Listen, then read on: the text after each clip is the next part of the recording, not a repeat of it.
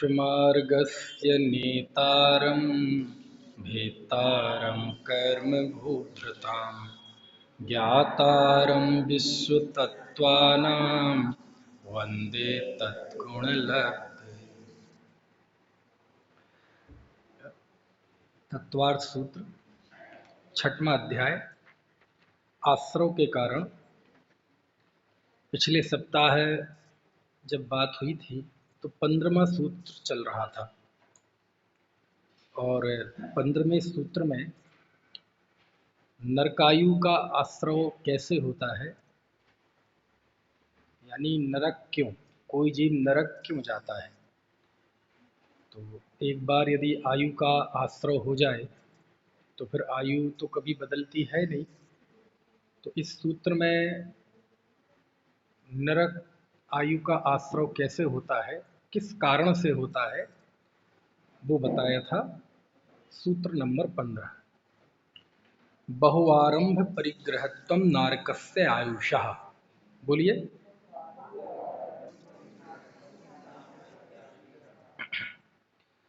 बहुत आरंभ और बहुत परिग्रह, ये नरकस्य आयुषः, ये नरक आयु का आश्रव है, यानी नरक आयु के आश्रव का कारण है। और आरंभ और परिग्रह का अर्थ तो बताया ही था। आरंभ यानी हिंसा का कार्य और परिग्रह यानी ममत्व परिणाम। तो ये दोनों मिलकर जीव के नरक आयु का कारण बनते हैं। और ये तो एक प्रतिनिधि के तौर पे दोनों भावों को ले लिया है ना।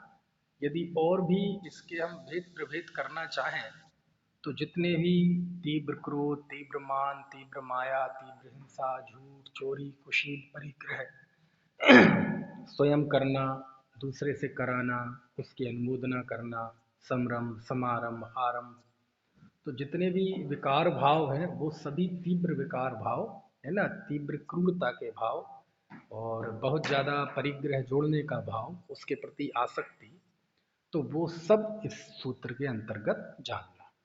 क्योंकि सूत्र में तो कोई बात इशारे में कहते हैं, बाकी बातें तो उसकी टीकाओं में आती हैं, उसकी व्याख्याओं में आती हैं। तो ऐसा ही ये सूत्र है। ठीक है। आप देखो इसके टीका में नीचे जो दूसरी टीकाएं हैं ना, सर्वार्थ सिद्धि, राजवार्तिक, श्लोक वार्तिक आदि आदि टीकाएं, उन सब टीकाओं में इस सूत्र की व्याख्या में बहु आरंभ और बहु परिग्रह के अंतर्गत क्या क्या लिया है और इसके अंतर्गत कौन सी चीजें आती हैं, वो सब इन्होंने यहाँ इस टीका में राम जी भाई ने सूचीबद्ध किया है। तो ये सूचीबद्ध करना क्यों जरूरी था? क्योंकि आरंभ और परिग्रह, देखो जैसे हम कहते हैं ना, कुछ शब्द होते हैं जातिवाचक और कुछ होते हैं विशेष व्यापार के सूचक शब्द। जातिवाचक शब्द तो वो होते हैं, जाति से मतलब यहाँ कास्टिज्म नहीं, जाति मतलब बहुत सारे कार्यों का एक नाम लेना, है ना। जैसे अंग्रेजों ने भारत देश पर बहुत अत्याचार किए। अब अत्याचार यहाँ शब्द जाति सूचक है। जाति सूचक मतलब कास्ट नहीं, जाति सूचक यानी बहुत सारे कार्यों को मिला के एक नाम दे दिया, कलेक्टिव वर्ड है ये कि अत्याचार है। और दूसरे होते हैं विशेष व्यापार के सूचक शब्द, है ना। यानी अत्याचार में क्या हुआ, अत्याचार में जैसे उत्पीड़न के अंतर्गत फिर वो बताया जाएगा जलियांवाला बाग हत्याकांड, अप्रैल 1919 का वह दिन, रोलेट एक्ट के विरुद्ध, है ना। लोग इकट्ठे हुए, है ना। तो वो जितनी ज़्यादा हम कोई एक विशेष घटना, और वो दनादन गोली चलाई गई और गोली में एक माँ बहन थी, उसके सीने में गोली लगी, उसके हाथ में एक 9 महीने का बच्चा था, वो गिरा, उसका सिर फूट गया, वो खून बहने लगा। तो 100 सालों में जो अत्याचार हुए उसमें कोई एक घटना, एक घटना का कोई एक दृश्य, और एक दृश्य की भी उस बारीकी में जाएंगे तो वो सब जो शब्दों के प्रयोग होंगे वो कहलाएंगे विशेष व्यापार के सूचक शब्द। ठीक है ना। अच्छा, हमें सोचने पर मजबूर कौन से शब्द करते हैं, हम किन के प्रति ज्यादा आकर्षित होते हैं? जातिवाचक शब्दों के प्रति कि विशेष व्यापार के सूचक शब्दों के प्रति? आप कहें अंग्रेजों ने बहुत अत्याचार किए, सुन सुन के कान पक गए, किसी को कोई सिर पे नहीं जुड़ेगा। लेकिन 100 साल में कोई एक घटना का कोई एक दिन का वह एक पल, उस पल में भी उस समय कोई एक घटी हुई खास घटना, वो जब आपको बताई जाएगी तो आपका दिल दहलेगा। दहलेगा कि नहीं दहलेगा? समझ में आया है? आपकी बेटी ससुराल से आए और कहे अजी बहुत परेशान हो गए। अब परेशान तो एक कलेक्टिव वाची शब्द है, अब उससे आपको फर्क नहीं पड़ेगा। वो बताए एक दिन ऐसा हुआ जी, अच्छा ये सब बोला। तो ऐसे ही सूत्र तो होते हैं कलेक्टिव वाची। ये तो बहुत सारी बातों को, बहुत सारे तथ्यों को, बहुत सारी चीजों को बहुत संक्षिप्त में इकट्ठा करके रख देते हैं। अब ये टीकाकार ये श्रम करते हैं, है ना, कि वो उसको थोड़ा विशेष व्यापार के सूचक शब्दों को बताते हैं कि इसके अंतर्गत ये चीज है, ये चीज है, ये चीज है, ये चीज है ना। तो कहे बहुत आरंभ और बहुत परिग्रह नरक आयु का कारण है, तो हमारे सिर पे जू नहीं रेंगता। क्यों? क्योंकि एक तो कई बार ऐसा बताओ तो आरंभ का अर्थ नहीं पता, और बहु परिग्रह तो बोले कहाँ है बहुत परिग्रह, हमारा तो थोड़ा ही है परिग्रह, है ना। तो जब हम ऐसे बातें आती हैं तो वो हमारे हृदय तक नहीं पहुंच पाती अनेक बार, होनहार अच्छी ना हो तो फिर टीकाकार उसको और बताते हैं कि ये इतना ही नहीं है कि बस इतना छोड़ दिया कि बहुत हिंसा करना और बहुत परिग्रह करना ये नरकायु का कारण है। और चूंकि हम तो ज्यादा हिंसा करते नहीं है, पानी छान के पीते हैं, मच्छर तक को मारते नहीं है, तो हम तो नरक जा नहीं सकते। और बहुत परिग्रह कहाँ है जी? वो जरूरत के हिसाब से एक दो गाड़ियां हैं, दो तीन प्लॉट हैं, दो मकान दुकान है, भाई ये इससे ज्यादा है ही नहीं। तो कहीं ना कहीं वो उसमें से बचकर हम निकल जाते हैं। तो फिर टीकाकार कहते हैं इधर आ बैठ, अब हम बताते हैं। तो मैं एक बार थोड़ा सा इन 22 बिंदुओं को पढ़ूंगा, ज्यादा बात नहीं करूंगा, है ना। बात इसलिए नहीं करूंगा क्योंकि एक एक बिंदु इतने अच्छे होंगे कि बहुत बात हो सकती है, लेकिन बात नहीं करूंगा, आप समझ जाना। देखो मैं पढ़ता हूँ, अपने शब्दों में बताऊंगा तो मैं बहुत बहक जाऊंगा, फिर कई दिन लग जाएंगे, इसलिए स्वयं को कंट्रोल करते हुए मैं केवल पढ़ता हूँ इसे। देखो क्या लिखते हैं। पहला, मिथ्या दर्शन सहित हीन आचरण में तत्पर होना। दूसरा, अत्यंत मान करना। क्या लिखा? अत्यंत मान। अब मान किसका होता है? तो उसके आलंबन बताए हैं, पैसे का मद, रूप का मद, जाति का मद, कुल का मद, है ना, प्रभुत्व का मद, पूजा का मद, रिद्धि का मद, ज्ञान का मद, इनका अहंकार। अब अहंकार भी नरक आयु का कारण हो सकता है। आपको ये बात जमती है? मूल सूत्र में तो है ही नहीं अहंकार की बात, उसमें तो दो ही लिए हैं, हिंसा और परिग्रह। अरे परिग्रह ममत्व परिणाम का नाम है, और आत्मा को छोड़कर सारी दुनिया में किसी भी पदार्थ में ममत्व करना वो सब पाप है। क्या है? वो सब पाप है। जब आत्म स्वरूप को अपना नहीं जानेगा तो स्वाभाविक है वो किस में ममत्व करेगा? रुपए में, पैसे में, आयु, बल में, बुद्धि में, इन सब में 8 जो मद है शास्त्रों में उनमें करेगा। तो उन्होंने उसकी तरफ से ले लिया कि बहुत मान करना, ठीक है। शिलाभेद की तरह अत्यंत तीव्र क्रोध। कितनी बात करें इसकी, मतलब कितनी बात हो। शिलाभेद की तरह, पत्थर की तरह क्रोध। देखो क्रोध पत्थर की तरह भी होता है, क्रोध जमीन पे रेखा खींच देते हैं उसकी तरह भी होता है कि मिटा दो, पानी डाल दो ऐसे, है ना। स्लेट पे उससे लिख दो उसकी तरह भी होता है। धूल की लाइन बना दो ना, एक धूल लेके उसकी लाइन बना दो, जैसे अपन स्वस्तिक बनाते हैं तो जरा सा लगे तो फैल जाता है। और एक पानी की रेखा के समान भी क्रोध होता है। तो सब कैटेगरी बताई ना, अनंतानुबंधी, अप्रत्याख्यानावरण, प्रत्याख्यानावरण और संचलन। तो यहाँ अनंतानुबंधी क्रोध को लेना, क्योंकि बाकी तो कोई नरक में जाता ही नहीं है, अनंतानुबंधी वाला ही जाता है। तो उसका क्रोध होता है कैसा? पत्थर की लकड़ी के समान, है ना। यानी वो उसके अंदर इतना ज्यादा क्रोध किसी व्यक्ति के प्रति, किसी संस्था के प्रति, है ना, किसी के भी प्रति ऐसा क्रोध कि नाम आते ही आग बबूला हो जाए। और आग बबूला होना कोई तीव्र क्रोध नहीं है। आग बबूला होना कोई तीव्र क्रोध नहीं है। आग बबूला तो कई बार व्यक्ति एकदम परिस्थिति बन जाए तो शांत व्यक्ति भी एकदम आग बबूला हो जाए। ये आग बबूला होना तीव्र क्रोध नहीं है। तीव्र क्रोध में जो आग बबूला हुए ना, उस जाति की कषाय, उसकी क्रूरता, वो हमेशा की मौजूद रहना दिल में, उस लेवल की कषाय हमेशा रहना। समझ में आया ना? जैसे आपको अपने बच्चे से तीव्र प्रेम है, तो आप उसके बारे में ना भी सोचें, आप सो भी रहे हैं तब भी वो है तीव्र प्रेम, है ना? नींद में भी कोई कह दे अरे बेटे का फोन आया है, उसका एक्सीडेंट हो गया है, एकदम ऐसे उठाएंगे, क्या बात है? उस समय आपको और याद आएगा कंघी कर लूँ, कपड़े वपड़े इस्त्री कर लूँ, फिर जाऊंगा आराम से शांति से, तुरंत भागेंगे। होता कि नहीं? तो एकदम कहाँ से आ गया वो? आपके कान में शब्द सुने और वो आपके बेटे के प्रति जो प्यार पड़ा हुआ है अगाध, उसकी वजह से एकदम आप आशंकित हुए। तो कितनी देर लगी इस काम होने में? सुना, क्लिक हुई फाइल, खुल गई। समझ में आ रही बात की नहीं? ऐसी कषाय की फाइल होती है। कषाय की फाइल, जिसके प्रति क्रोध होगा बस जरा सा छिड़ जाए,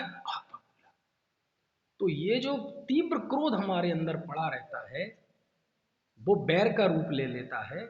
ये तीव्र क्रोध, अनंतानुबंधी क्रोध। समझ में आया?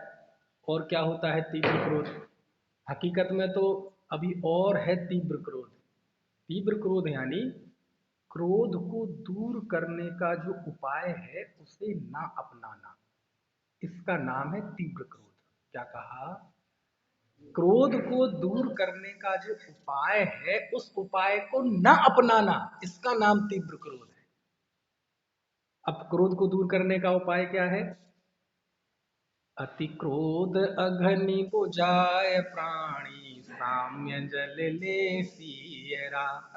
समता रूपी जल से उस क्रोध को बुझाया जाता है, तत्व ज्ञान से उसको बुझाया जाता है ना? संसार की क्षणभंगुरता का विचार करके, सात तत्वों नौ पदार्थों का विचार करके, दो द्रव्यों की स्वतंत्रता का विचार करके, कर्म के उदय आदि का विचार करके उसको दूर किया जाता है क्रोध को। चलो कोई बात नहीं। आपको पता, एक छोटी सी ट्रिक है, उससे आप नरक से बच जाएंगे। बता दो, इतना आ जाए आपको करना। चलो ठीक है, अच्छा कोई बात नहीं, कोई बात, हो गया इतना तक करना आ जाए ना, बस कितना ऐसा ऐसा, चलो ठीक है, इतना मतलब इतना उड़ाना आ जाए ना, तो आपके अंदर तीव्र क्रोध नहीं रहेगा। ऐसा ऐसा जी हो गया बहुत, क्या बताएं, आप इतनी दिक, कोई बात नहीं, चलो ठीक, समझ गए? अच्छा ठीक है, वो संसार है, होता ही है ऐसा। तो इतनी छोटी सी चीज है चिनमाड़ी में, समझ में आया ना? जानकर जैसे अनजान बनना, इग्नोर करना, तो ये नहीं करना, इसका नाम है तीव्र क्रोध। क्यों? क्योंकि हम किस चीज को बनाए रखना चाहते हैं? जो चीज में हम अच्छा अनुभव करते हैं, है ना? जिसको हम सुख अनुभव करते रहते हैं। कभी ऐसा हुआ आपको जी पेट में दर्द है, बोले बहुत मजा आ रहा है जी पेट में, ऐसा लग रहा है ये तो बना रहे हैं, ऐसा होता है कभी? आप किसे बनाए रखना चाहते हैं? आपके बाल बढ़िया एकदम काले घने, एकदम आज तक इस उम्र में भी है एक बाल सफेद नहीं हुआ। हाँ बहुत अच्छा, आप उन बालों को बनाए रखना चाहते हैं, बनाए रखना चाहते कि नहीं? है ना? अजी बताओ, इतने सालों बाद भी आप इतने चमकदार, स्किन चमकती है, हाँ जी, खुशबू, इसको बनाए रखना चाहते हैं। तो हम बनाए किसको रखना चाहते हैं? जिसमें हम सुख का अनुभव करते हैं। यदि आप क्रोध को बनाए रखना चाहते हैं, उसे दूर नहीं करते तत्व ज्ञान से, भेद विज्ञान से, इसका मतलब आप उसमें सुख बुद्धि अनुभव कर रहे हैं, इसका नाम है तीव्र क्रोध। और जरूरी नहीं है ऐसा तीव्र क्रोध वाला कोई जगह जगह झगड़ते हुए दिखाई देगा, जगह जगह सीन क्रिएट करते हुए दिखाई देगा, ऐसा कुछ नहीं है। हो सकता है वो शांत दिखे बहुत, है ना?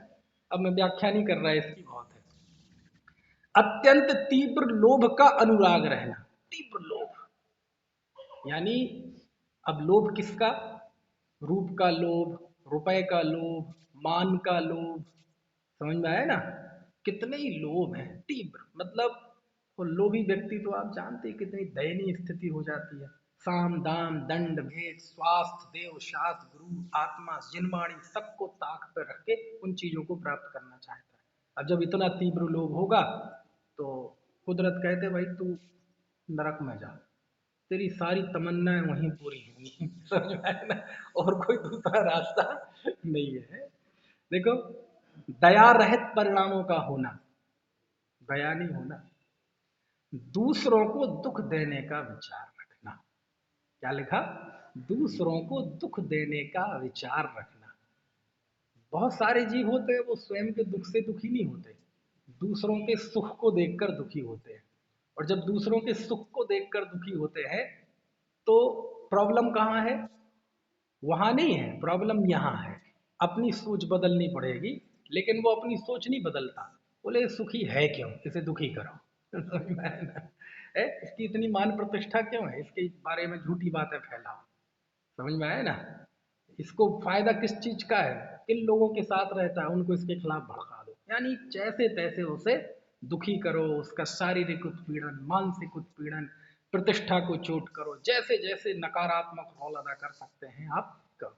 क्षणिक भाव आ जाए अलग बात है, लेकिन वो आपके नेचर में आ जाना, वो आपकी जीवन शैली हो जाना, वो नरक आयु का कारण है ना? और देखो, जीवों को मारने तथा बांधने का भाव रखना, भाव होना नहीं। कभी कभार प्रतिक्रिया रूप में भाव आ जाए, लेकिन भाव रखना। एक होता है बिजली की तरह कोई भाव, बुरे से बुरा भाव एकदम चमक जाना थोड़ी देर के लिए, बिजली, और बिल्कुल जब वो बिजली चमकती है आसमान से तो एक सेकंड के लिए पूरी, मतलब पूरे में सफेद है रोशनी हो जाती है। तो ऐसे ही तात्कालिक क्षणिक भाव आ जाना कषाय का, पाप का, वो अलग मैटर है। लेकिन ऐसा भाव रखना, यानी वो तात्कालिक नहीं, वो उस तरह की कषाय हृदय में चौबीसों घंटे होना। समझ में आया ना? वो क्रूरता ऐसा। और देखो, जीवों के निरंतर घात करने का परिणाम करना, जिसमें दूसरे प्राणी का वध हो, ऐसे झूठे वचन बोलने का स्वभाव रखना, है ना? ऐसे ही वचन बोलना जिससे क्या हो, है ना, किसी दूसरे प्राणी का वध हो जाए। हिंसा की सलाह देना, वचन।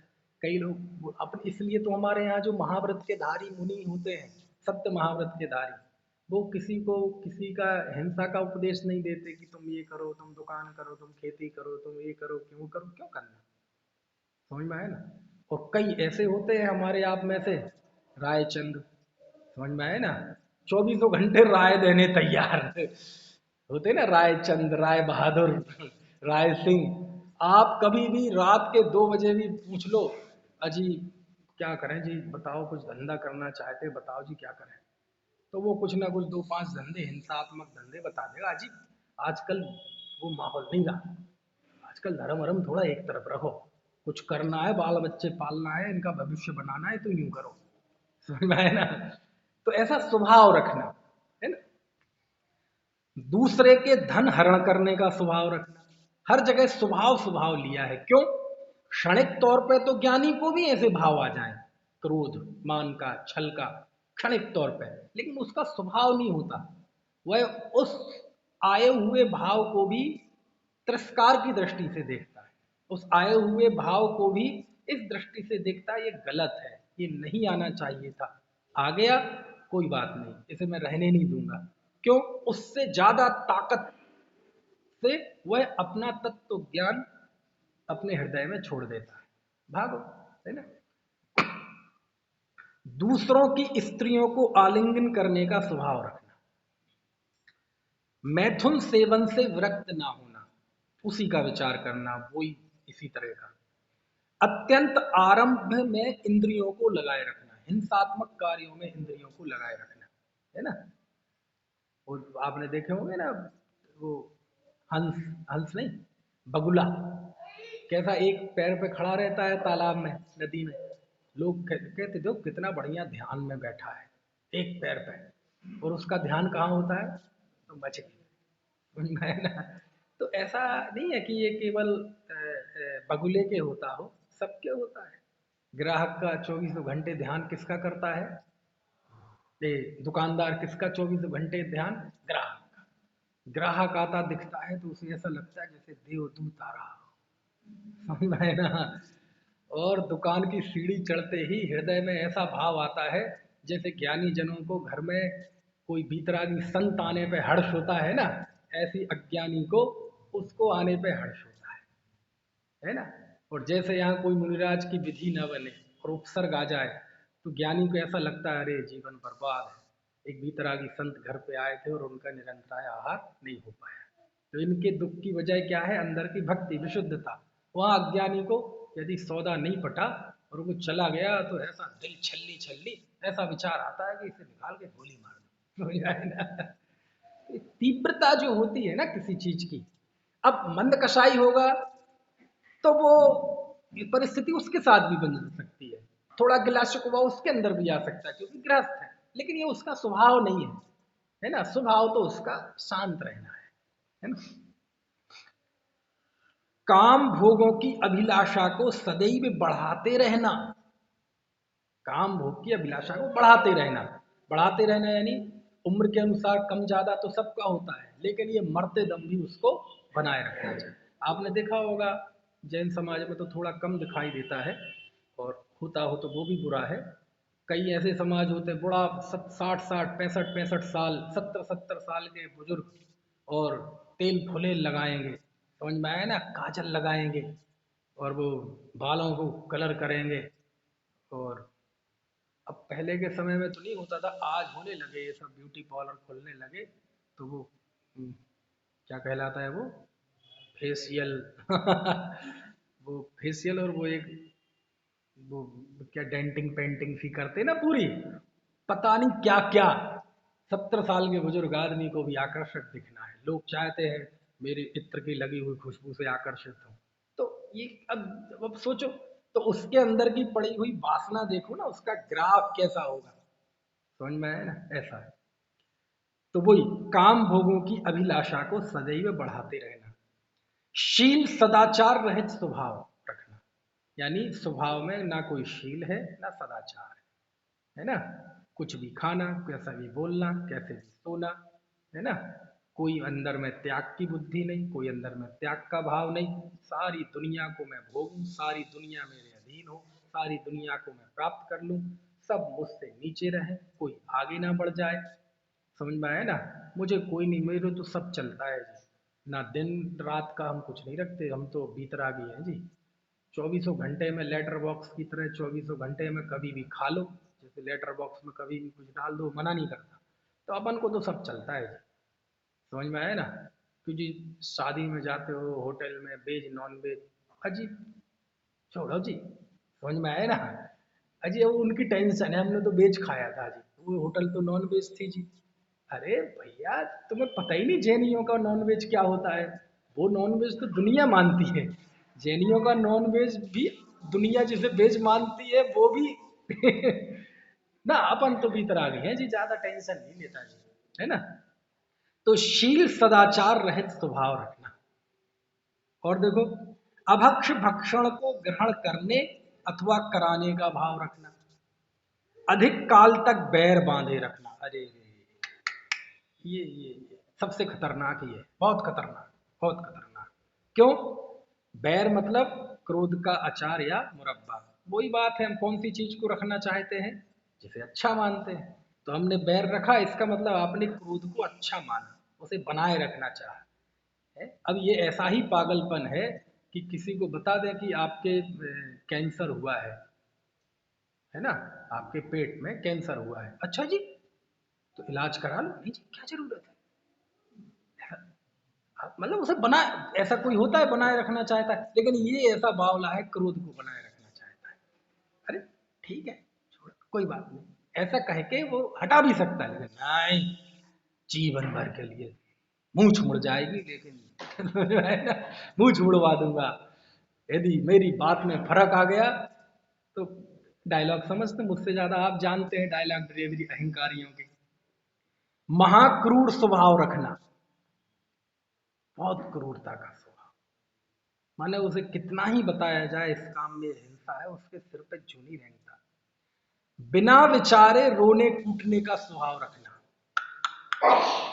मतलब कुछ भी हो, कई बार होता है ना जरा सा हो, उतने में आदमी रोने लगता है, मर गया। अरे सुन तो भाई, हो क्या गया, बात तो सुन, कुछ नहीं हुआ है, लेकिन बात बात पे, छोटी बात हो बड़ी बात हो, रोने लगना, कूटने लगना, है ना, फड़फड़ाने लगना, मर जाऊंगा मैं तो, कुट जाऊंगा जी, मैं तो सबको मार दूंगा, खुद मर जाऊंगा, अरे ये कर दूंगा। बावले हो गए। समझ में आया ना? तो यहाँ क्या, बिना विचारे रोने कूटने का स्वभाव, कोई बात ही नहीं हो, हाँ हाँ आफत मचा दो। और देखो बहुत खतरनाक, देव शास्त्र गुरु में मिथ्या दोष लगाना, है ना, अवर्णवाद, वो भी मिथ्यात्व था ना, और मिथ्या दृष्टि जाता है नरक में, मिथ्यात्व सहित ही आयु बंद होता है नरक का, सम्यक सहित तो होता नहीं, है ना। कृष्ण लेस्या के परिणाम रखना, कृष्ण लेस्या के परिणाम समझ गए आप? अब वो मुझे पेड़ तो नहीं खड़ा करना पड़ेगा, 6 लेस्याओं वाला कृष्ण नील कापोत पीत पद्म शुक्ल, है ना, क्रूरता के परिणाम, तीव्र क्रोध, तीव्र मान, तीव्र माया, तीव्र लोभ, ये सब। और रौद्र ध्यान में मरण करना, काय में मरण करना? रौद्र ध्यान में। देखो 4 ध्यान होते हैं, जिसमें 2 तो अच्छे हैं, 2 बुरे हैं। तो आर्त ध्यान तो त्रिंच गति का कारण है, और रौद्र ध्यान नरक गति का कारण है।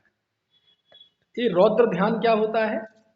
रौद्र ध्यान हिंसा, झूठ, चोरी, कुशील, परिग्रह, इन 5 पापों को करके जो हम आनंद मानते हैं, आनंद, मजा आ गया, इसका नाम क्या है?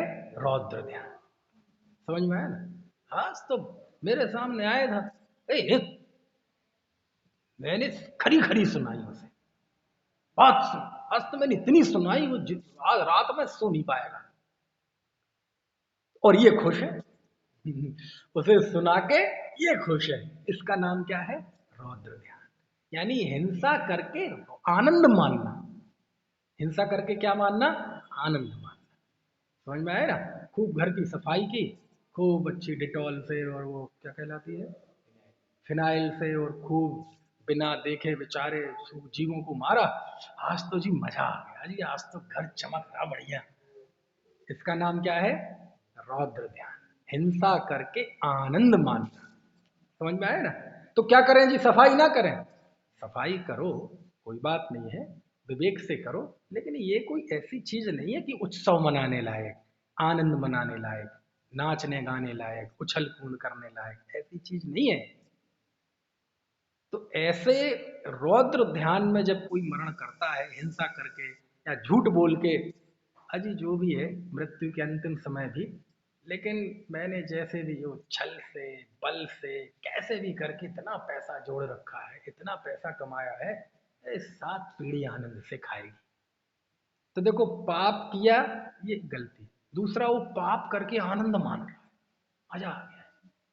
अंतिम समय भी उसे अफसोस नहीं है, अंतिम समय भी उसे ये नहीं लग रहा कि मैंने ये जीवन बर्बाद कर दिया, है ना, क्योंकि पूरा जीवन छल बल सब कुछ बेच के, मतलब आत्मसम्मान, देवशास्त्र गुरु, अपना धर्म, सब कुछ बेच के जो मैंने कमाया, मृत्यु के समय एक टुकड़ा भी काम में नहीं आ रहा, ये अफसोस नहीं। उस समय भी उसके अंदर आसक्ति इतनी है, कोई बात नहीं, अब मैं नहीं रहूंगा, मेरे नाम तो रहेगा।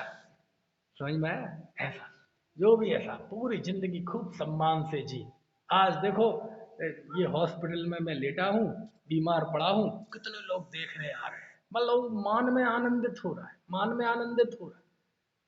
उसे ये नहीं पता कि ये उदय की स्थिति है, आज उदय अच्छा है तो ये सब तुम्हारी जय जयकार कर रहे हैं, आगे पीछे घूम रहे हैं, अभी उदय बदलेगा, अभी। तो जो बेटा यूं खड़ा है ना, वो बेटा हाथ में ले लेता है। अब गद्दी से मैंने जूता कहना नहीं चाहता, लेकिन कहना पड़ता है। समझ में आया ना? ऐसी स्थिति। तो रौद्र ध्यान में मरना मतलब आनंद मानते हुए मरना, आनंद आनंद।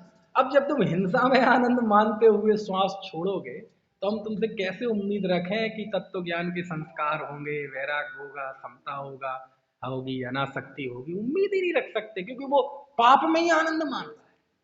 समझ में आया ना? है ऐसे। तो ये सब कहलाता है रौद्र ध्यान, हिंसानंदी रौद्र ध्यान, है ना, मृषानंदी।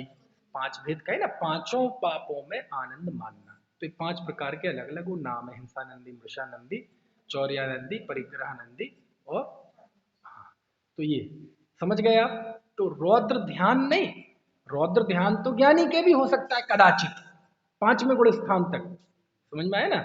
लेकिन रौद्र ध्यान वो आपका स्वभाव बन जाना, वो आपकी हैबिट बन जाना, वो आपकी लाइफ स्टाइल बन जाना, वो आपकी सोच बन जाना, वो आपके 24 घंटे का एक स्थायी भाव बन जाना। और जब वो स्थायी भाव रहेगा तो स्वाभाविक है जो खाओगे उसी की डकार लोगे, है ना। अब 24 पूरा जीवन तीव्र कषाय, तीव्र पाप, रौद्र ध्यान है, तीव्र छल, है ना, असदाचारमयी बीतेगा तो अंतिम समय भी उसी में ही जाएगा। क्योंकि जैन धर्म में ऐसा नहीं है कि, वो बात अलग है कि अंतिम समय भव सुधार लो, कि पूरे जीवन भर पाप करो और अंतिम समय में कुछ ऐसा चमत्कार हो जाए, है ना। ऐसी व्यवस्था है नहीं। आयु बनती है, आयु का आश्रय होता है आपके मध्यम भाव से। मध्यम भाव मतलब क्या हुआ? मान लीजिए आपके जीवन में बहुत ज्यादा पवित्रता तो है नहीं, लेकिन है थोड़ी पवित्रता है, तो किसी समय आपको बहुत उत्कृष्ट भाव हो रहे हों जो कि आपकी नेचर में नहीं है, तो उस भाव से आपको आयु का आश्रय नहीं होगा। समझ में आया ना। और ऐसा खोटा किसी दिन परिणाम आ जाए कि ऐसे खोटे भाव आपका जीवन नहीं है, ऐसा खोटा भाव लायक आपका जीवन नहीं है, तो उस तीव्र खोटे भाव में भी आयु का आश्रय नहीं होगा आपके। समझ में आया ना। क्यों? क्योंकि ऐसा होगा तो अन्याय नहीं हो जाएगा। माने पूरे जीवन भर पाप किया और किसी समय अच्छे पुण्य भाव हो गए, बोले अब बांध दो, ऐसा नहीं होगा।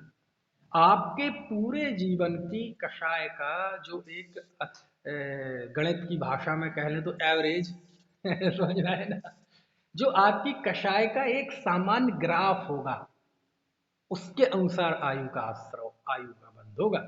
ऐसा नहीं है, अन्याय नहीं है कि अचानक कोई लॉटरी लग जाए, पूरे जीवन भर पाप किया, बोले अपन तो सब कवर कर लेंगे पूरी एक दिन में कवर कर लिया जी, अंतिम ज्यादा समय नहीं बचा जी, अब खूब स्वाध्याय करने। और आपने देखा होगा जैसे अनेक बार ऐसा होता है कि जिंदगी में एक झटका जरूर होता है, जरूरी होता है व्यक्ति को। और कई बार ऐसे अनेक लोग देखे, एक झटका लगा और वो धर्म मार्ग में लग गए। झटका क्या हुआ? किसी को वो क्या कहता है, हार्ट अटैक आ गया, है ना, किसी को पैरालिसिस आ गया। अब उसे झटका लगता है, अब उसे लगता है नहीं यार धर्म कर्म कर लो थोड़ा बहुत, समझ में है ना। ऐसा नहीं होता है। कोई बालक पूरे साल पढ़ाई ना करे, स्कूल ना जाए, पुस्तक ना छुए, और सुबह पेपर है और सोच ले रात में हम 2-3 घंटे पढ़ पढ़ के हम टॉप आ जाएंगे, ऐसा नहीं होगा। पर्ची अर्ची ले जाएंगे, कोई नकल कर लेंगे, अरे वो यहाँ तो नहीं चलता ना, वहां तो चल भी जाए, लेकिन यहाँ कर्म में बेईमानी नहीं है। क्यों नहीं है कर्म में बेईमानी? क्योंकि कर्म की बुद्धि नहीं है। बेईमानी कहाँ होती है? जहां बुद्धि होती है जिसके, जिसमें बुद्धि नहीं होती वो बेईमानी नहीं करेगा। समझ में आया ना। है तो ऐसी कर्म जड़ है, वो नहीं। आप जिस स्तर की आपके पूरे जीवन का एक स्वभाव भाव होगा, यहाँ स्वभाव भाव से मतलब आत्मा का त्रैकालिक भाव, ऐसा नहीं। आपकी उस पर्याय का जो स्वभाव होगा, उसकी, है ना, आधार पर आपको आयु का आश्रय होगा। समझ में आया ना। जैसे उस तंदुल मक्ष को वैसा भाव आया था, कैसा भाव? हाँ, तंदुल बख्श की कहानी तो सुनी है ना आपने। तो वो भाव क्यों आया? क्योंकि उस तरह की क्रूरता उसके स्थायी रूप से थी, वो तो उस समय पे वो प्रकट हो गई। समझ में आती है बात की नहीं? आपने देखा होगा अभी जैसे गर्मी के दिन आएंगे तो जब मई का महीना बीत जाता है बहुत गर्मी पड़ती है, फिर 15 जून के बाद फिर हमें उम्मीद लगती है कि अब बारिश होगी, बारिश होगी, खूब उमस होती है।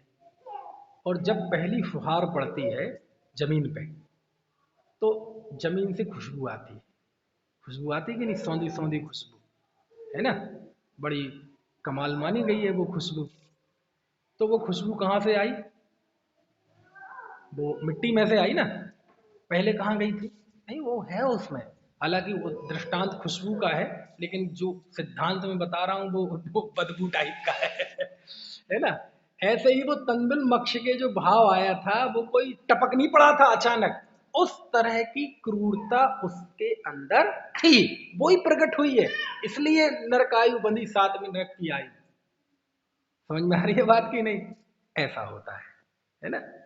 क्योंकि आप देखो जैसे कई लोग होंगे, मच्छर ने काटा, करते कि नहीं ऐसा?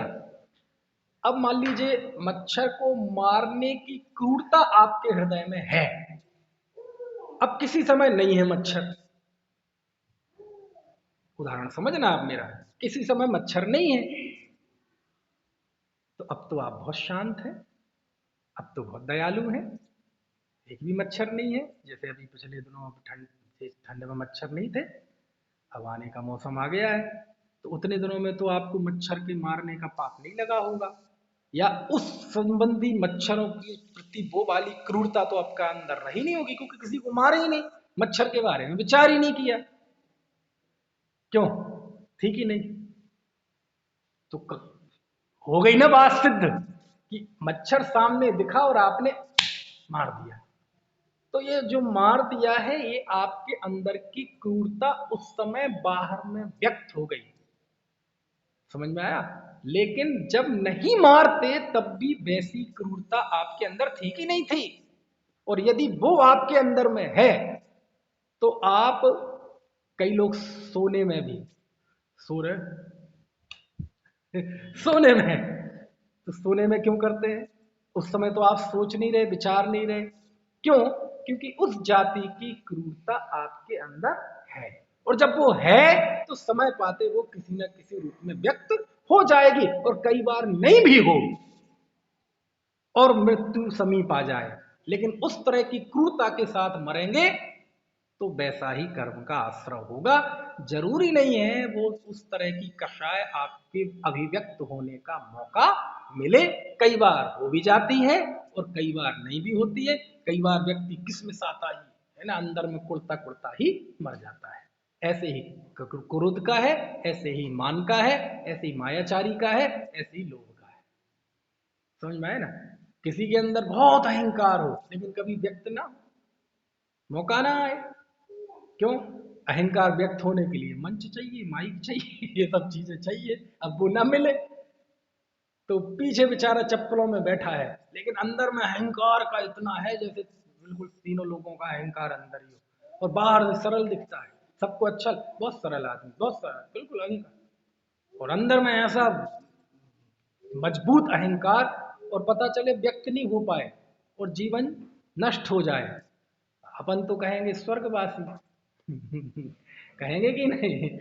आज तक किसी ने नहीं लिखा होगा पूज्य नरकवासी श्री, अब नाम नहीं लेता मैं किसी का, पता नहीं आप में से किसके पिता का नाम हो लेकिन कभी किसी ने लिखा हमारे स्वर्गीय पिता, नारकीय पिताजी, सब स्वर्गीय लिखते हैं। जो हम लिखते हैं, जो हम भावना रखते हैं, यदि ये सत्य हो जाए ना तो नरक तो खाली हो जाए, सब स्वर्ग में जाके बैठ जाए, सबके पिता, सबकी पूज्य माता, स्वर्गीय माता जी, कोई नहीं लिखना चाहता नारकीय, है ना? ऐसा ही है। ठीक है, इत्यादि लक्षण वाले परिणाम नरकायु के कारण होते हैं। तो इतना बड़ा पेट है इस सूत्र का, इस सूत्र का बहुआरंभ परिग्रहत्व नरकस्य आयुषा, ये मैंने संक्षेप में पढ़ के बता दिया, विस्तार बहुत है, क्योंकि ये सब चीजें ऐसी हैं, आपको लग रहा होगा ये ऐसे ही तो है जो हमारे जीवन में चलता रहता है, हमारे आसपास की चीजें हैं, ऐसा नहीं लगता कि कोई बहुत आसमानी चीजें हैं, है ना? चलो, अच्छा अगला प्रश्न। क्यों जी, हमने तो सुना है कि वो राजा शरण्यक ने सांप डाला था, तो सांप डालने की वजह से 7वें नरक में गए थे, गए थे कि नहीं? आयु का आश्रय हुआ था, गए तो पहले में थे, तो सांप डालना कहां से आ गया आरंभ और परिग्रह में? ऐसे प्रथमान युग में जाएंगे ना आपको, तो बहुत सारे आपको दृष्टांत मिलेंगे कि इन्होंने ये कर दिया तो 7वें नरक में गए, इन्होंने ये। अब सांप डालना वो उपसर्ग है और आपने कह दिया कि वो नरक में गए, आपको प्रथमानुग में ऐसे ढेरों उदाहरण मिल जाएंगे कि उपसर्ग किया और वो उपसर्ग करने वाला बाद में सुधर गया और मोक्ष चला गया। खूब मिल जाएंगे ऐसे।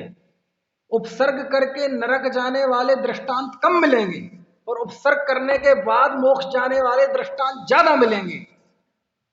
तो कैसे हो गया कि वो सब सर्प डाला और नरक में चला गया? प्रश्न तो उठता है ना।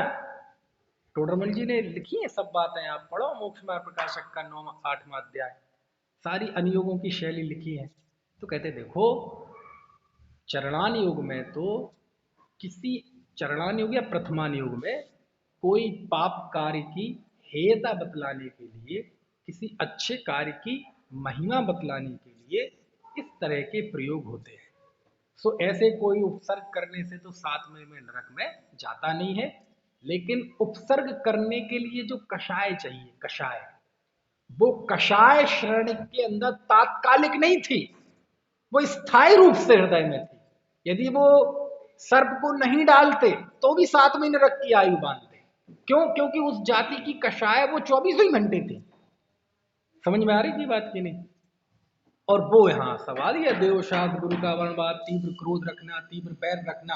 अब चूंकि उसे जैन धर्म, जिन संत है ना, जैन साधुओं के प्रति तीव्र क्रोध था, तीव्र कषाय भाव था, और वो स्थायी तौर पे था। ऐसा नहीं कि तात्कालिक कोई परिस्थिति ऐसी बनी इसलिए, वो स्थायी था। समझ में आ रही? यदि वैसी नहीं होती तो और भी बहुत लोग थे, वो भले ही जिन धर्म को नहीं मानते होंगे, लेकिन ऐसी तीव्र कषाई किसी के अंदर नहीं थी कि कोई जैन साधु आए तो उन पर उपसर्ग कर दें। क्योंकि असहमति अलग बात है और उनके प्रति हमलावर होना अलग बात। समझ में आया ना भाई?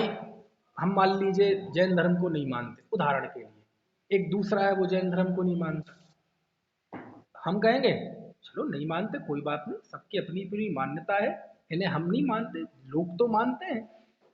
समझ में आया ना? तो हम ये भाव रखेंगे, कोई बात नहीं, ठीक है। और दूसरा, ऐसे कैसे आ गए, हम नहीं तो कोई नहीं, मां हिम्मत कैसे हुई, वही जेहादी वाली बात। समझ में आया ना? तो वो क्रूरता है ना। हमारे धर्म का विरोधी कोई हो सकता है, और दूसरा कैसे हो सकता है, दोनों में अंतर समझ में आएगा। ये कैसे हो सकता है, ये जो क्रूरता है स्थायी तौर पर है। समझ में आया ना? तो ये राजा श्रेणी के अंदर थी, अब वो उसके रूप में व्यक्त हो गई।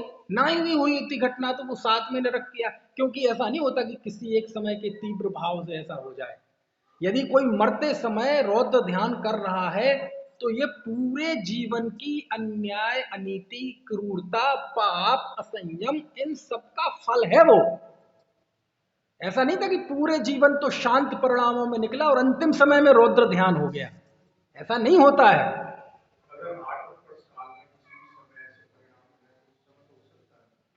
वो भी चमत्कारिक नहीं होगा कि उस समय हो जाए, वो भी उसी अनुसार होते हैं। 8 काल जो आते हैं आयु के आश्रम के, उसमें ऐसा नहीं होगा कि मान लीजिए ये 8 अक्कड़ साल तो समझ गए आप सब लोग, नहीं? हाँ, तो मान लीजिए 60 साल की उम्र में आयु का आश्रय होने का पहला मौका आया, पहला मौका आया। अब आपने 59 साल और उस पल के पहले तक तो बहुत अच्छा जीवन बिताया है, ठीक है। और अब आपको किसी समय तीव्र कोई गुस्सा आ रहा है और अब आयु बंद हो जाए और गुस्से से नरक वाला, ऐसा नहीं होगा। जब भी होगा वो एक कुदरत के न्याय के अनुसार, यानी प्रकृति में जो एक कंप्यूटर फिट है उस व्यवस्था के अनुसार ही होगा। तो फिर हम क्यों कहते हैं कि देहांत के समय में तुमको ना भूल जाऊं, दिन रात मेरे स्वामी ये भावना ये भाव, गाते हैं कि नहीं, समाधि मरण की भावना, देहांत के समय में तुमको ना भूल जाऊं, ऐसी भावना क्यों भाते हैं? ये आपकी भावना भा रहे हो ना यदि हृदय से, तो हृदय से, केवल भजन गाने के लिए नहीं, केवल भावुकता के लिए नहीं। कई व्यक्ति कुछ देर के लिए भावुक हो जाते हैं, कुछ देर के लिए, जैसे वो शमशान घाट में किसी को जलाने गए तो उस समय ऐसा बैराग उमड़ता है कि, समझ में आया ना कैसा बैराग उमड़ता है। और जिनको आदत हो जाती है बार बार जाने की, है ना, तो उन्हें तो कोई फर्क नहीं पड़ता। लेकिन जो पहली बार जाता है ना, एक बार मैं जयपुर में जब पढ़ता था तो हमारी बाउंड्री में ही एक बुजुर्ग रहते थे, उनकी पत्नी का देहांत हो गया था। तो पहली बार हम शमशान घाट गए।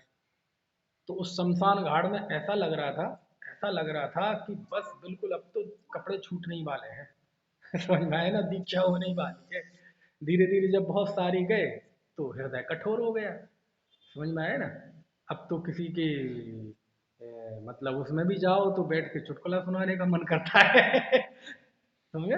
क्यों? क्योंकि वो आपकी असहज स्थिति है। वो जो जिंदगी में पहली बार गए और उस समय जो भाव आ रहे हैं वो स्थायी भाव नहीं है। समझ में आया ना? है? लेकिन यदि इस ऐसे ही किसी दिन अच्छा भजन पढ़ लिया, किसी पंडित जी ने बढ़िया प्रवचन सुना दिया और उसमें भजन सुना दिया, दिन रात मेरे स्वामी में भाव नाए भाव, उस समय गदगद हो जाना, आंखों में आंसू आ जाना, तो ये मत समझना कि वो कोई बहुत बड़ा काम हो गया। लेकिन यदि लेकिन यदि सच्चे दिल से, है ना, आपके अंदर में उस तरह की पवित्रता है, उस पवित्रता की अभिव्यक्ति इस भजन के रूप में आपके अंदर हो रही है, तो आप मृत्यु के समय भूल ही नहीं सकते। समझ में आया ना? ये भूलने का डर किसे सताता है? जो याद नहीं करता वर्तमान में। भूलने का डर किसे सताता है? पता नहीं जी, प्रभु की चिंता हो रही है जी, पता नहीं कौन सी गति में जाएंगे जी। तुम ऐसे काम क्यों करते हो कि डर बना रहे? ऐसे काम मत करो ना कि डर बना रहे। ये मन का चोर ये बताता है कि तुम्हारे अंदर वो पवित्रता नहीं है। क्योंकि पवित्रता अंदर होती है तो ये भय नहीं होता मैं कहाँ जाऊंगा, कैसे जाऊंगा, नरक में जाऊंगा, स्वर्ग में जाऊंगा। अरे मैं वर्तमान में आनंद में जी रहा हूं। आनंद मतलब ही विषयों का आनंद नहीं, तत्व ज्ञान का आनंद। भविष्य की क्या चिंता? समझ में आए ना? तो क्षणिक भावुकता से न तथ्य बदलते हैं और न कर्म संतुष्ट होता है। आपकी उस भावुकता में आपके स्थायी भाव का अंश कितना है, वो महत्वपूर्ण है। समझ गए ना? ये साहित्य के शब्द हैं, स्थायी भाव और संचारी भाव, क्षणिक भाव। क्षणिक भाव होते हैं बिजली की चमक की तरह, आए और गए, और स्थायी भाव होते हैं बिल्कुल एफडी की तरह, है ना, ध्रुव फंड। ऐसा है। ठीक है, चलिए। तो ये सारी बातें हुई, तो समझ में आ गया। प्रथमान योग में जो कहानी किस्से आते हैं उनकी अपना एक उद्देश्य होता है ना। लेकिन वहां भी यदि हम सैद्धांतिक रूप से जाएंगे तो वहां भी समाधान निकल आते हैं। चलो, इसके बाद 16वां सूत्र है। इसमें त्रेंच आयु कैसे होती है उसका कारण बताया है। सूत्र पढ़ते हैं 16वां, ये भी बिल्कुल छोटा सा सूत्र है। माया तर्यग योनस्य, माया छल कपट त्रयग योनि का कारण है। यानी त्रयग योनि, ट्रेंच योनि, पशु पक्षी गाय भैंस, ये काय से बनते हैं? मायाचारी से। ठीक है, मायाचारी बताने की जरूरत है? नहीं है, बोले। क्यों नहीं है बताने की जरूरत? सुध परिचिदान भूदा, सब बस विकाम भोग बंद कहा, है ना, सबकी सुनी है। हिंदी का नहीं पता, प्राकृत का पता है। इतनी है ये छल वाली, तो इतना अनुभूत है, बताने की जरूरत ही नहीं, है ना। छल, इसके भी पढ़ रहे एक बार। देखो, माया से मिथ्या दर्शन का उपदेश देना, ये त्रेंच योनि का कारण है। काय का उपदेश देना? माया से। मिथ्या दर्शन का उपदेश देना माया से, मतलब क्या हुआ? यानी जितने मिथ्यात्व का उपदेश देते हैं सब त्रेंच गति में जाएंगे? नहीं, ऐसा नहीं है। छल से। हम मानते तो हैं ये गलत है, लेकिन हमें समाज चाहिए, भीड़ चाहिए, राजनीति चाहिए, सत्ता चाहिए, अस्तित्व चाहिए, इसकी वजह से गलत उपदेश देना। यानी मन में तो मानता है उसे गलत, लेकिन प्रस्तुत करना जैसे यही परम धर्म है। क्यों? जनमत इससे मिलेगा, भीड़ इससे मिलेगी, इसका नाम है छल। कोई मान लीजिए कोई मिथ्या दृष्टि जीव है, जैनियों का विरुद्ध है, और वो अपने धर्म का उपदेश दे रहा है, सही मान के दे रहा है, तो जरूर नहीं है कि उससे उसे त्रेंच गति हो, त्रेंचायु सहस्रम। समझ में है ना? जैन धर्म को नहीं मानने वाला भी 12वें स्वर्ग तक चला जाता है। कहां तक? 12वें स्वर्ग तक। कौन? हाँ, घृत मिथ्या दृष्टि भी, कुगुरु कुदेव कुधर्म का मानने वाला भी 12वें स्वर्ग में चला जाता है। लेकिन 12वें स्वर्ग में जाने के लिए भी उसे हृदय की सच्चाई चाहिए, कषाय की मंदता चाहिए, अनासक्ति चाहिए, परिणामों में विशुद्धता चाहिए, तीव्र क्रोध मान माया लोभ का अभाव चाहिए, त्याग की भावना चाहिए। समझ में आया ना? और जैन धर्म में पैदा हुआ भी यदि छल रखता है, सब बहुत बढ़िया प्रवचन करता है, लेकिन छल से ऐसा प्रतिपादन करता है कि वो गलत है, लेकिन करता है क्यों? भीड़ तो इसी से होगी। समझ में आया ना? तो इसलिए इसलिए तो उसमें जो गुणभद्राचार्य का आत्मानुशासन है ना, आत्मानुशासन, उसमें वक्ता का स्वरूप लिखा, टोडरमल जी ने भी लिखा मोक्ष मार्ग प्रकाशक के पहले अध्याय में, और बहुतेरी जगह पे है, ऐसा नहीं 2-3 जगह, काफी स्थानों पर है। तो वक्ता के स्वरूप में आदि पुराण में भी है, सब जगह लिखा वक्ता कैसा होना चाहिए, निर्लोभी। क्योंकि लोभ होगा तो वो सही बात को सही नहीं कह पाएगा, है ना?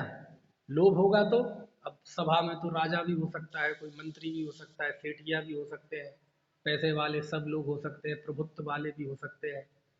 अब ऐसी कोई बात कहनी है कि इनके विरुद्ध जा रही है, अजी ये तो उतार देंगे गद्दी से, तो क्यों बोलेगा ऐसी बात? अपनी सरल सरल सी बातें करते जाओ सही है ना? तो देखो, माया से मिथ्या दर्शन का उपदेश देना, बहुत आरंभ परिग्रह में कपट युक्त परिणाम रखना, कपट कुटिल कर्म में तत्पर होना, सरल काम में मन नहीं लगता, अरे यार सीधे साधे काम किसी और से करा लो, इसे तो छल कपट के काम बताओ, ट्रिक। समझ में आया ना? जिसमें कुछ बुद्धि लगे, ट्रिक लगे, विचार करना पड़े, प्लानिंग करना पड़े, ऐसे कोई काम बताओ, तब मजा है ना? जीवन का मजा तो खट्टे में है शील रहित पना होना, पृथ्वी भेद सदृश क्रोधी बना। मैंने बताया था ना, नरक जाने वाले के कैसा क्रोध था? पाषाण की तरह, पत्थर की तरह, भेद की तरह। इसका कैसा है? पृथ्वी भेद, मतलब पृथ्वी पे कोई रेखा खींच दो उसकी तरह। वैसी कठोर तो नहीं है, लेकिन पानी और रेत की तरह नाजुक भी नहीं है।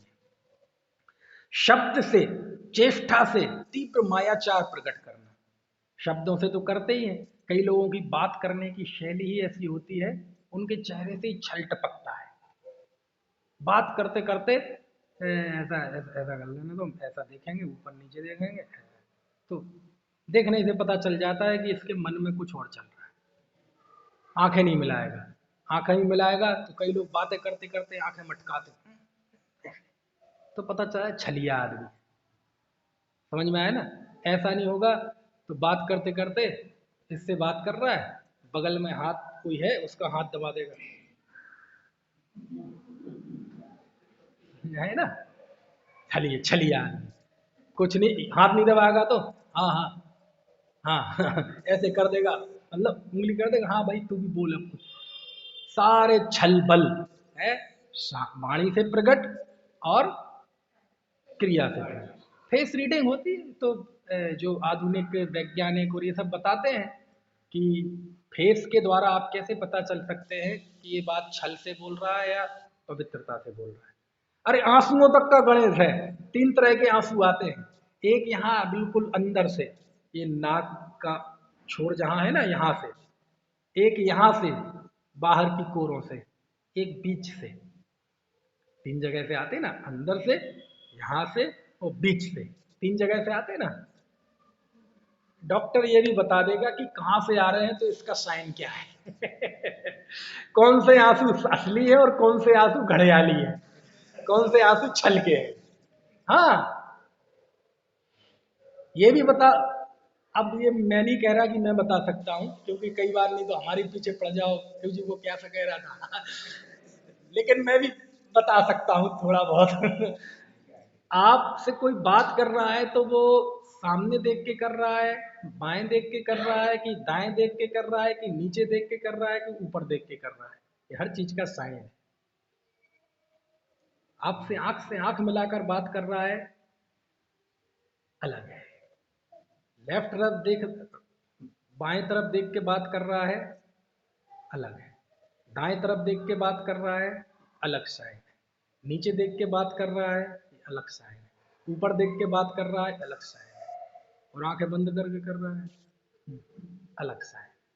आंखें बंद करके भी एक होती है सहजता के साथ आंखें बंद होना, एक दूसरी आंखें बंद होती हैं लेकिन अंदर का वो जो होता है ना, हाँ, वो चलता रहता है और उसके चलने का असर आपकी भौहों पे दिखता है। देखो, शांत होंगी तो ऐसी होंगी जैसे भगवान की, और नहीं होगी तो सबका सबका साइन। हंसी का होता है, सैकड़ों किस्म की हंसी होती है। छल की हंसी, सहजता की हंसी, उपहास की हंसी, कुटिलता की हंसी, मजाक की हंसी, वैराग्य की हंसी, करुणा की हंसी, सबकी हंसी होती है। समझ में आया ना?